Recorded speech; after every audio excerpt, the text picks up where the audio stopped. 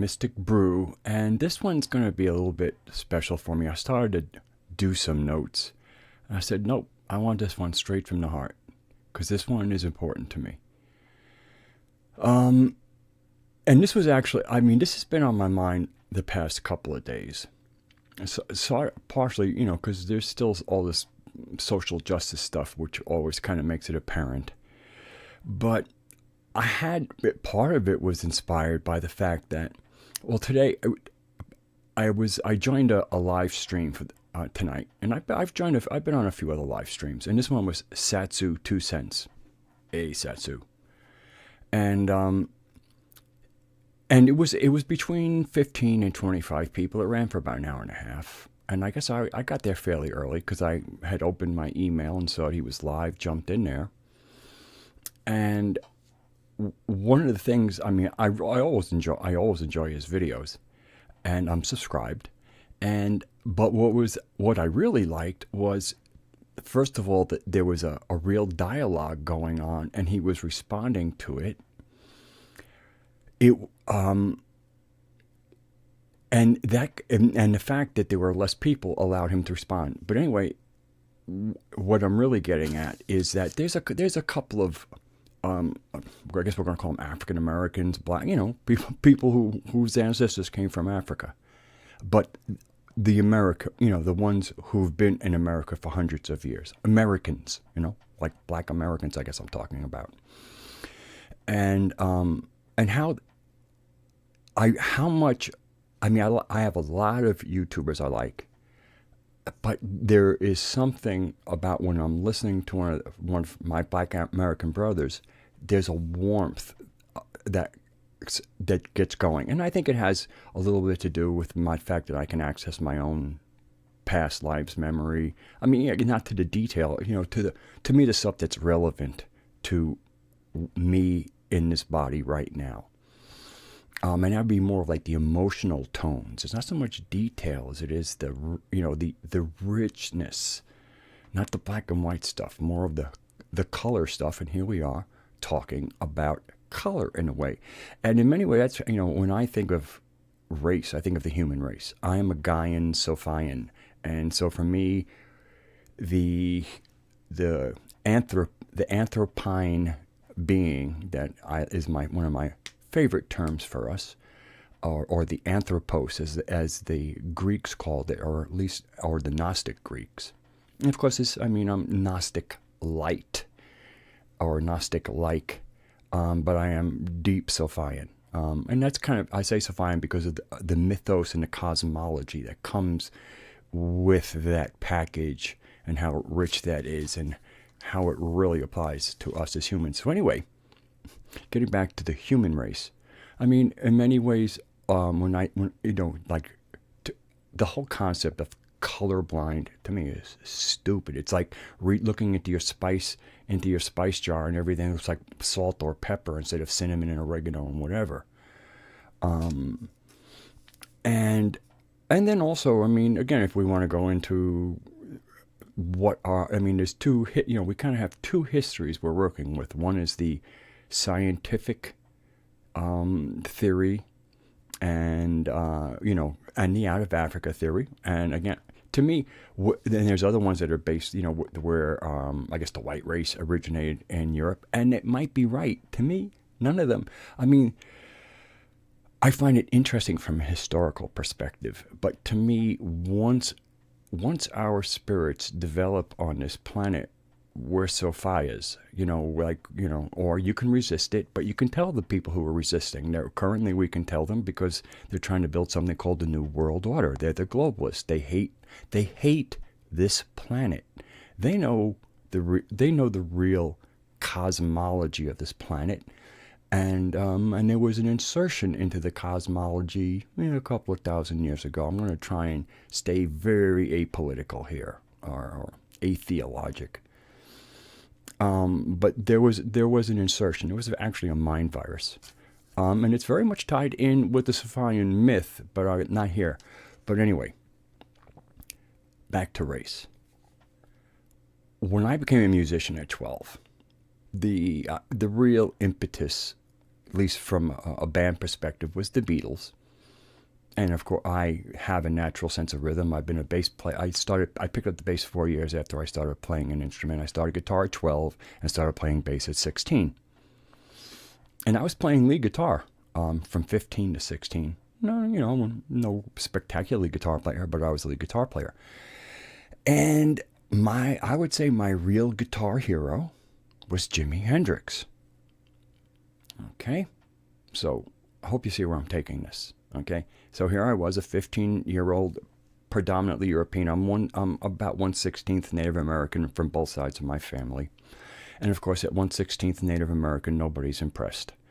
I've met a few Native Americans, and then the nicest one, the kindest, the nicest guy I met was, oh, that's cool kind of stuff. In most cases, I kind of get this icy stare like, what are you trying to say, white man?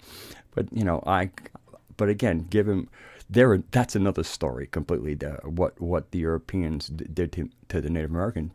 But of course, that also ties into the mind virus, which some Native American tribes called Wedigo.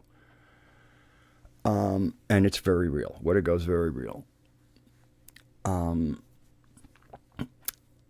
But so here I am, and my guitar, my first guitar hero happens to be an African American. And so right away, again, this was very natural for me. I mean, because already, I was already just liking humans, and I could tell a human from another. Another disclosure, I'm an Aspie. And we'll just leave it at that. If you know what that is, it's okay. But it doesn't mean I'm like a snake. In case you know, unless you think, asp, isn't that a snake? Aspie is derivative of a man named Asperger. And I actually have a write-up. He was brilliant. He was a psychologist, and he coined a term for a specific kind of neurological template in the human being. And he called it Asperger's syndrome. Anyway, so, but that neurological setting is a little makes for a different take on the world. And so for me, the fact that it wasn't even a consideration that my guitar hero happened to be a different shade of skin color than me. And then as I went on to play bass. And initially, Jack Bruce was really a cool bass player, but of course, who were his influences, right? And the Beatles, okay, who were their influences? I mean, Roll Over Beethoven was one of the covers they did, okay, that was Chuck Berry. Paul was known for that famous woo, which he got from Little Richard.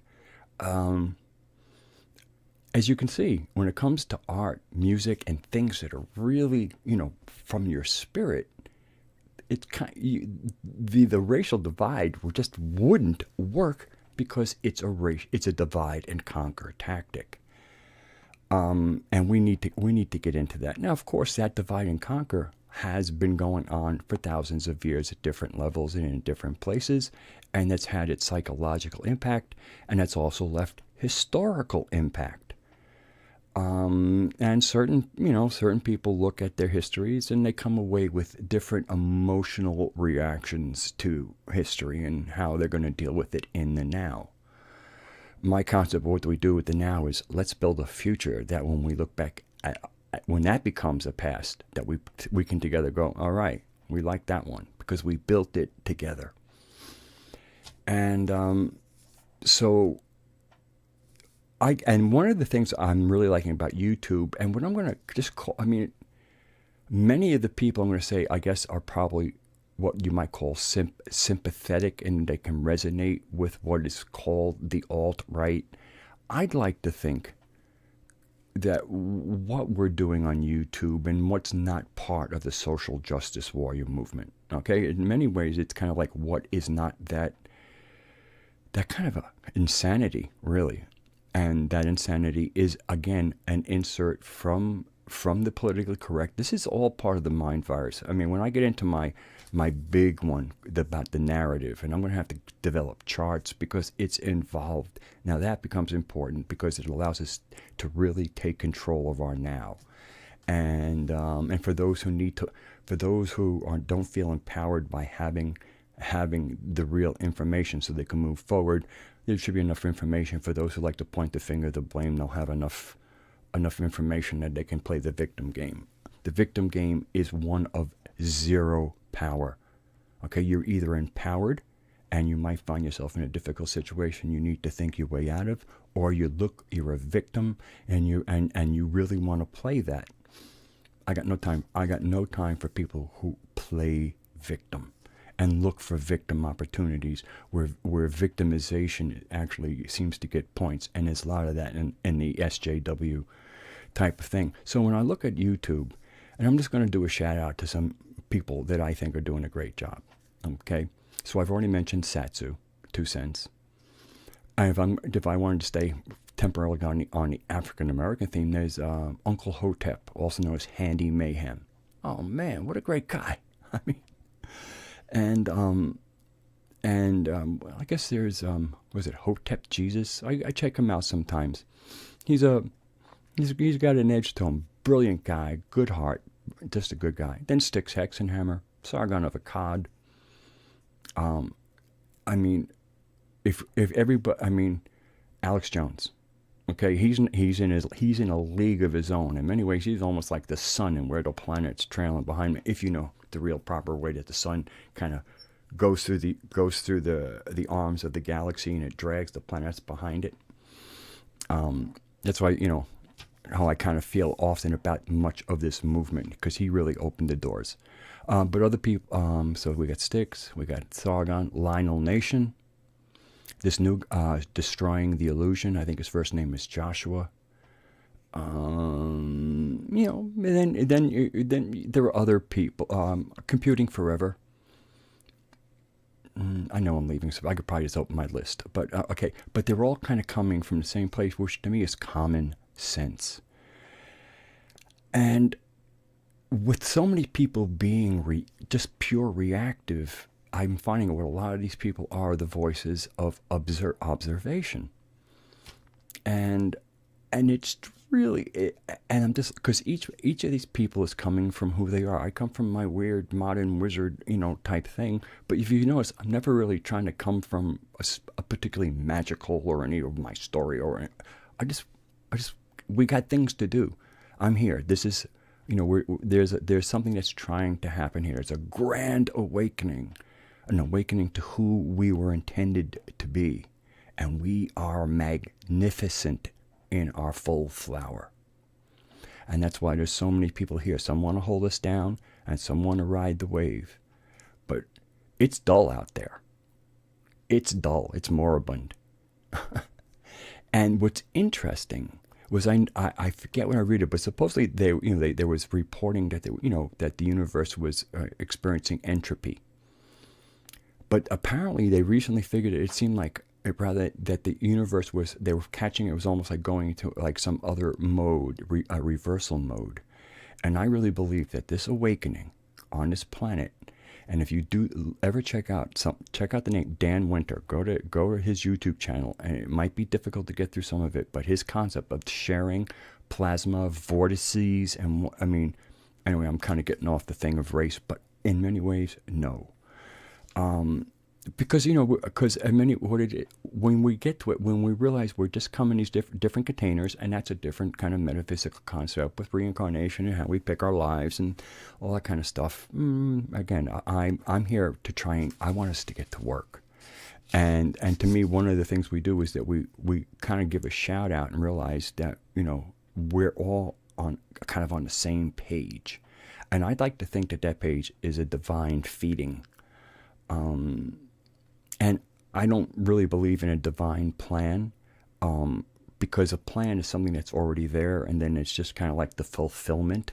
So it's, my God, a computer game has more variables in it than the concept of a divine plan. It's already written, and now we're just going to move the pieces along to the finish line. Oh, is that boring? And if it's boring to a human, I can't imagine that it really flies a couple of dimensions higher. Ultimately to source.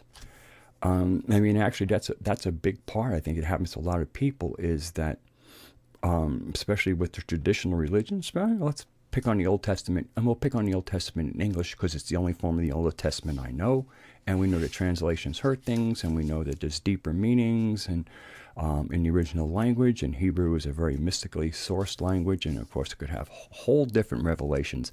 But in the English narration, it's if you actually reach adult emotional maturity, which unfortunately a large part of the adult population never achieves, you actually outgrow at an emotional level. I mean, there's no emotional rhyme or reason to the narrative. The narrative no longer even follows any kind of sense. You are kind of like, you can run, and some people go, oh, that's the arrogance. No, I mean, I'm talking about the simpler stuff. There's all kinds of contradictions. And again, that's another story. Love, wisdom, compassion, these are our real nature. Another video I want to make is about our contrived history, and part of that contrivance is making us look like we, the nice people, were always at war with each other. And that's a war as we know it is especially organized war. I'm not talking about skirmishes, that can happen. Again, we're a feisty bunch. We're feisty, and we can be cantankerous. And that's part of the fun of the kind of Sophian cosmology, is you realize how much of our mother's qualities we have, because there's a history of her. And she's quite unique. And she's part of a family. Okay, so I mean, when I talk about Sophia, she's not source. And even I'm using pronouns like she. All right, let's think about ourselves. Think about yourself. If you operate from the fact that you're not really your body, that you're a spirit in a body. Now, the body has a gender. Biologically, there's two genders. We're going to stay in reality here. And that's kind of, there's, to me, that from the concept that we incarnate multiple times, and there's choice, or at least input into that. We can now see that, you may have done a bunch of genders. I can remember genders as a woman. Genders, life as the woman gender. I've had a lot of doing certain activities. There was a period when I used to sew a lot. And I was creating my own clothes and making a lot of things, and I just had this concept of me sitting in a small, it was almost like a little hut, but it was dug into the earth a little bit, and there was a fire, and I was knitting clothes. It seemed to me I was like a Tibetan woman, but the Tibetans were out in the plains, that really rough life. And I remember, at least for this one particular piece of clothing, the whole time I was working on it, I could smell the fire in the hut burning, the distinct scent of smoke. And just anything. So that kind of stuff. So, but anyway, when you get down to your real spirit, I don't know about you, but I come up androgynous. I mean, I have a leaning, but the concept of a hard gendered wiring, it's not there. So if us little humans, of course we're not so little because we're an expression of a step down, a fractal of source. If I'm androgynous when I'm not in my body, then when we refer again to Sophia and we do she, ooh boy, can language get distorting at that level. So I just wanted to make that point. I mean, again, using like biological terms like she, he, depending who you are, there's a certain kind of, you evoke thoughts of mother or father around it. It's very simple. And it's kind of sweet and it works. But in the meditations, it's a lot of times in the beginning of the meditation, you start in a sweet place. And then when you take off, the scenery and a lot of things change. And then I guess I'm going to close it like this. About this, the love of the people who love and understand this planet. There's a purpose here, and I think it is to allow that spirit into our bodies so that spirit can coordinate and through our own unique input, because we live here. I mean, so we're in the body that knows how to really work the environment. And then you add this, you open that frequency that allows you to work in real time with that spirit coming through. And boy, we could make quite a beautiful planet like it was many times. I mean, there's legends of the Golden Age. The Golden Age was before the mind virus, or while the mind virus was in recession. But my closing, I thought, I guess, would be when I think, I mean, especially, I mean, Uncle Hotep he is just like, I don't know. I see him sitting in his car because that's how he does. He does some of his videos in a room. Most of them are in his car with his child in the back seat, and it's just yummy. This guy with a good sense of humor, really grounded, really able to just see through the nonsense, put it into words in words worthy of listening to without any kind of stiffness. I mean, it's kind of like soul wisdom. He'll throw a little street. He's got a few terms that he uses, nogs and whatever, shines and things. And I can't imagine. I don't know if they all mean the same thing or whether or not there's nuances in these. But I don't know how important it is because because again, those are kind of local or cultural references. The bigger picture, you don't really need to be in a culture, or you know what I mean. There's a language above all that, while we can still stay within ever kind of unique cultural milieu that we really enjoy and we're used to. I mean, I have a kind of a culture. I fit in kind of all right with the old hippies, largely because some of them went mystical, and and also because there's something about what almost got pulled off in the hippie times, and what I think we're about to accomplish now. Because I know about, as a baby boomer, we did tune in, turn on, and drop out in a lot, and the ones who didn't became yuppies, and the yuppies basically joined the matrix. And for the most part, nothing is ever absolute like that. And so I just really feel that had we continued, if we hadn't woken up at this late period while there's still some kick in us, I mean, I can run. I'm on 0 medications. Okay, I haven't been to a doctor in years. I can't imagine why I would go to it. I mean, I get occasional symptoms. I have a drawer full of herbs and essential oils everywhere. I know my meridian points. A lot of times I've had some things and with organ, and I hit the meridian point, and it's, sometimes I'd hit it more than once, but a lot of times one treatment, it's gone.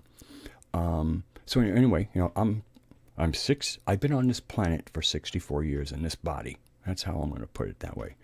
And man, there's a lot of kick left in me, and I know people that still have a lot of kick in them, and I just really think that the baby boomers can kind of maybe take in that, the next generation. I'd like to think a Native American 7 generations ahead.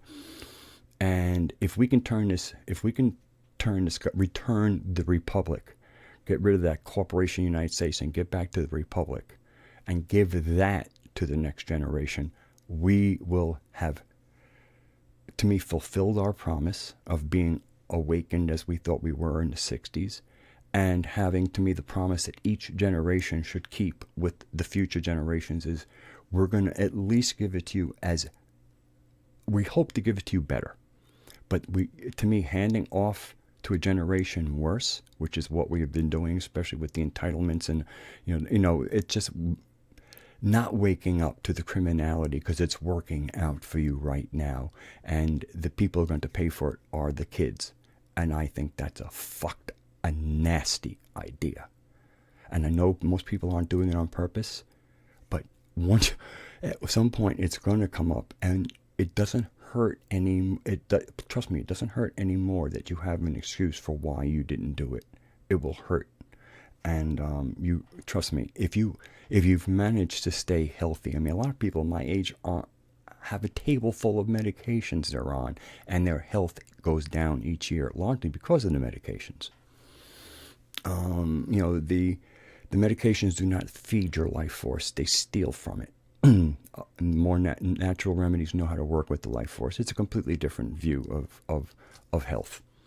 But anyway, Uncle Hotep is just, I just get such a kick out of him. Satsu is just like this straight night. I mean, you can feel the heart coming out of him. And again, these are people who are putting out content that we can tune into each day. But when I think, sometimes, I just really feel this new nationalism, the nationalism versus globalism is really, it's the humans versus the anti-humans, and it's really that simple. And boy, race has zero to do with that. They will try and pull that crap. They will try and push that stuff. But I'm seeing more and more, we're not interested. We got no time for it. Again, it's not about being colorblind. It's like, yay, cool, totally. It's different flavors. Oh my God. You know what I mean? I love it. I love it. I love it. And I have to admit, when it come to imagine being in an America that was only had Europeans in it, that would make me cry. I would have to leave then. Take away all this richness of the people who aren't European in our country. Mm-mm. I'm talking about the Americans, the ones who've managed to keep in their own distinct kind of culture, but have joined in the general good, because that's how a country works. Okay, I think I've done enough. That's 26 minutes. I actually could go off another jag, but I think I'll leave it there. I just want, race. Oh, please. I mean, again, it's not about being colorblind. It's not about being culture blind. But we have a commons. YouTube is a commons, when we're out and about. And man, we love each other so much. There's plenty. There is. Our cultures are like, we're really just one big thing. And then there's a little bit of shade here and a little bit of culture sprinkled here. We're really more of the same thing. The things that make us unique. First of all, is the beauty, and it doesn't take much, because that little and bit of uniqueness turns the whole commonness into something beautiful, and I just want to celebrate that beauty. I really, I want to celebrate that love, and I want to acknowledge that love. I feel it. I feel it from people. I feel it coming out of me towards people, and it's inspiring us to make a better world, and we will succeed. God bless you all. Stay sane. We need it. And Chatelet.